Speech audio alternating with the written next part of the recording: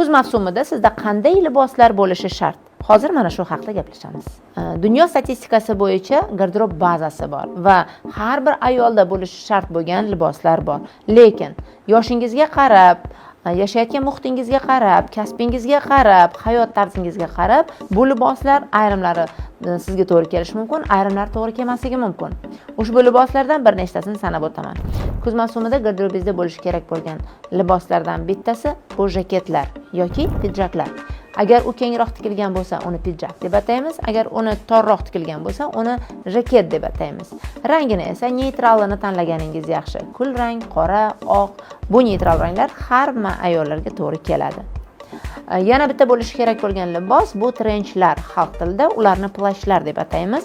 Plashlar bugungi kunda yoki trenchlar bugungi kunda kul rang bo'lishi mumkin, bejli rang bo'lishi mumkin, camel rangi bo'lishi mumkin.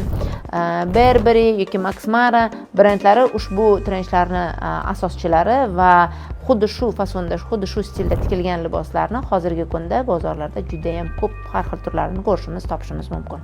Bugungi kunning eng aktual liboslardan bittasi bu charm matodan tikilgan kurtkalar, ya'ni koja kurtkalar. Koja kurtkalarimiz bizda kasuxa deb nomlanadi va ular bu qisqa qismingizda tugashi kerak.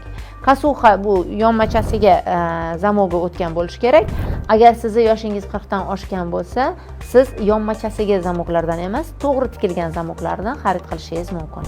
Kuz mavsumida hamma ayollar uchun eng kerakli bo'lgan va eng zarur bo'lgan liboslardan bittasi amerikanka deb nomlanadi va u yengi kalta, to'qilgan trikotaj materialdan bo'lib, bu tanaga yopishib turadigan kiyim. Ularni biz pidjaklarni, kurtkalarni, trenchlarni ichidan bemalol kiyishingiz mumkin.